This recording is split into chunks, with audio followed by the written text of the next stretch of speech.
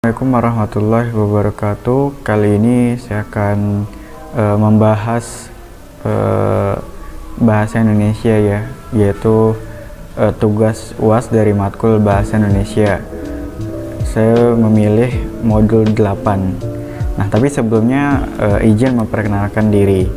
Nama saya Sultan Al-Farabi dengan NIM 20200502031. Dari Prodi Public Relation. Nah, kali ini saya akan membahas tentang modul ke-8 dari matkul bahasa Indonesia, yaitu tentang fungsi dan kedudukan bahasa Indonesia. Nah, ini sangat menarik sekali. Kenapa saya memilih materi ini? Karena kedudukan bahasa Indonesia itu sangat penting, dan juga banyak sekali anak-anak muda nih, khususnya itu pentingnya belajar tentang bahasa Indonesia, karena banyak anak muda khususnya itu yang zaman sekarang ngomong tuh masih kadang suka kasar dan lain-lain. Banyak yang belum memahami fungsi dan kedudukan bahasa Indonesia. Maka dari itu saya akan membahas tentang fungsi dan kedudukan bahasa Indonesia. Nah, bab pertama yaitu sejarah singkat bahasa Indonesia. Nah, bahasa Indonesia itu udah lama dijadikan sebagai bahasa nasional sejak tahun 1928. Nah, bahasa Indonesia ini berasal dari bahasa Melayu, termasuk dalam bahasa Austronesia. Nah, yang dimana bahasa Indonesia ini dijadikan sebagai bahasa nasional pada peristiwa Sumpah Pemuda, yaitu tanggal 12 Oktober 1928, yang dikatakan sebagai bahasa Indonesia adalah bahasa pemersatu bangsa. Nah, oke. Nah, sekarang yang kedua nih, yaitu fungsi dari bahasa Indonesia itu sendiri. Nah, bahasa Indonesia ini kan udah menjadi suatu kebutuhan ya bagi masyarakat, entah itu dalam penyelesaian masalah, untuk berinteraksi sosial, untuk memahami satu sama lain, dan masih banyak lain. Nah, tapi secara umum bahasa Indonesia tuh fungsinya ada banyak. Nah, salah satunya yang saya jabarkan yaitu yang pertama sebagai bahasa nasional. Nah, sebagai bahasa nasional ini memiliki fungsi utama, yaitu sebagai berbahasa yang satu gitu, berbahasa yang bisa dipahami oleh seluruh masyarakat Indonesia. Makanya dalam peristiwa Sumpah Pemuda itu dikatakan sebagai bahasa pemersatu bangsa atau bahasa satu bahasa Indonesia. Ya, lalu yang kedua sebagai alat komunikasi. Nah, di sini juga dijelaskan bahwa kita sebagai makhluk sosial selalu memerlukan atau membutuhkan orang lain untuk berinteraksi satu sama lain, untuk memperbaiki hubungan, untuk menjalani hubungan sesama, untuk membantu orang lain. Itu bahkan diperlukan alat komunikasi bahasa. Nah, mungkin banyak dari teman-teman atau orang-orang di luar sana tuh memiliki bahasa daerah yang berbeda-beda, dan gak semua orang tuh paham tentang bahasa daerahnya masing-masing. Makanya kita diwajibkan belajar bahasa Indonesia ini agar memahami apa yang dikatakan oleh orang-orang Indonesia, seluruh orang-orang Indonesia. Nah, terus yang ketiga sebagai adaptasi sosial. Nah, pada saat beradaptasi di lingkungan sosial, seorang itu akan memilih bahasa yang digunakan tergantung situasi dan kondisi yang dihadapi. Misalkan seseorang kumpul dengan teman-temannya, dia akan menggunakan bahasa yang non standar. Tapi ketika dia berbicara dengan orang-orang yang lebih tua atau yang dihormati, dia menggunakan bahasa yang standar. Jadi mengikuti situasi yang ada. Nah, sebenarnya masih ada lagi sebagai alat kontrol sosial ya. Nah, kalau sebagai alat kontrol sosial ini contohnya misalkan kita menulis ya, kan bahasa Indonesia itu kan salah satunya dengan menulis juga. Nah, itu salah satu cara untuk meredakan rasa marah kita, yaitu dengan cara menulis. Nah, ini fungsi bahasa secara umum ya. Sebenarnya ada lagi fungsi bahasa secara khusus. Nah, kalau secara khusus ini misalkan untuk eh, mengadakan hubungan dalam pergaulan sehari-hari, yaitu dengan ngobrol sama teman. Terus juga mewujudkan seni, yaitu dengan berbahasa Indonesia, lalu mempelajari bahasa-bahasa kuno, dan juga mengeksploitasi iptek, yaitu teknologi.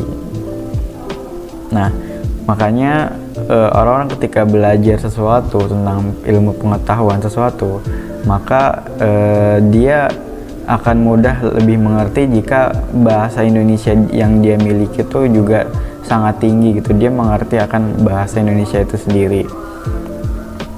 Nah, lalu yang selanjutnya ini ada quotes ya. Komunikasi itu penting. Nah, ini karena saya mahasiswa komunikasi ya, maka saya garis bawahi sedikit bahwa komunikasi itu sangat penting, tetapi untuk memulainya aja tuh masih sulit gitu. Mengapa? Ya karena ego yang terlalu tinggi dan kurangnya kesadaran untuk berempati terhadap sesama. Nah, ini banyak terjadi di kalangan masyarakat Indonesia. Ketika memiliki masalah kecil itu langsung cuek, nggak mau ngobrol.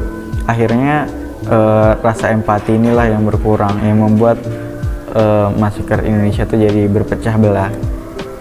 Nah, ini yang ketiga atau bab terakhir, yaitu kedudukan bahasa Indonesia.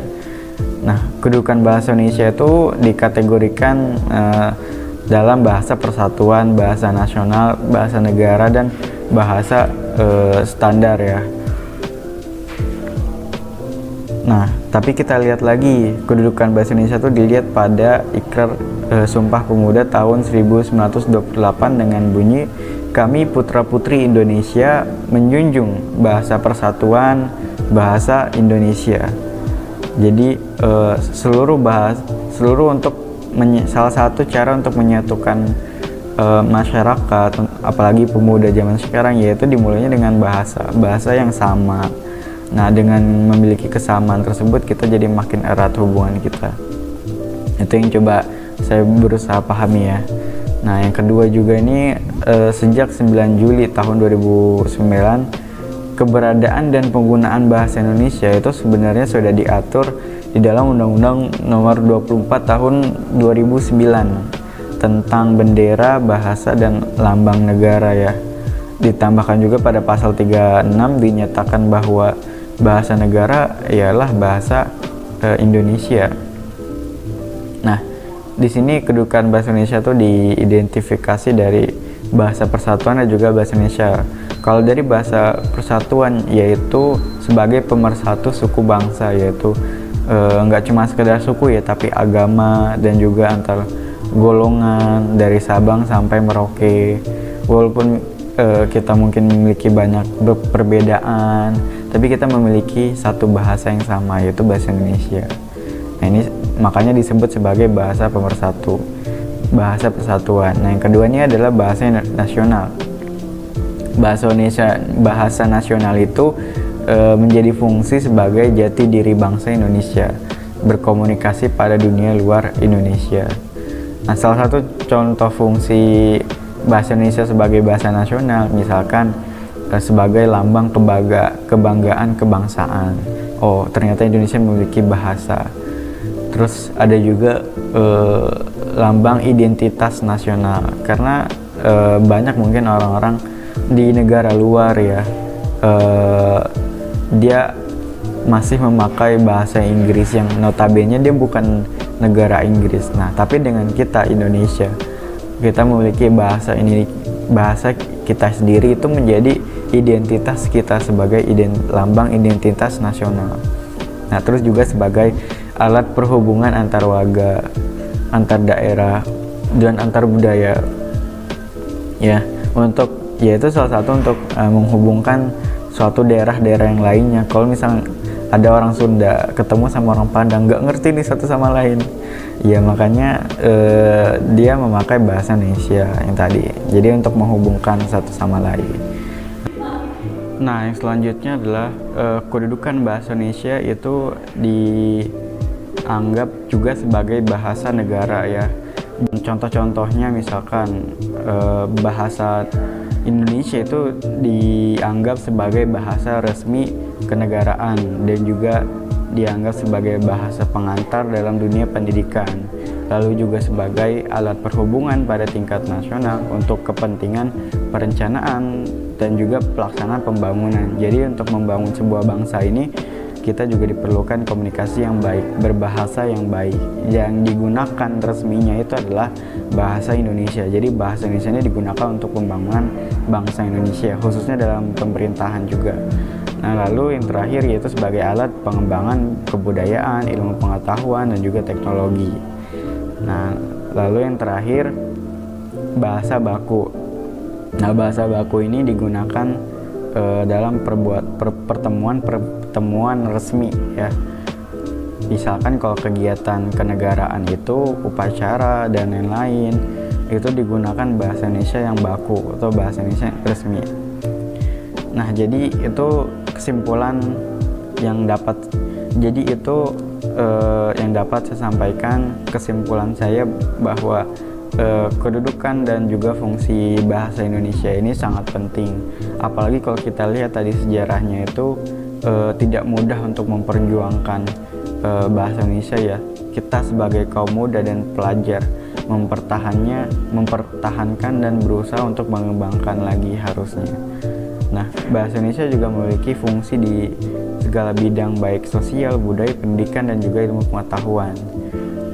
Dan peran bahasa Indonesia juga sangat penting di masyarakat, yaitu salah satunya sebagai penghubung juga gitu, dan bisa mampu mengembangkan pemikiran dan ide-ide dengan baik.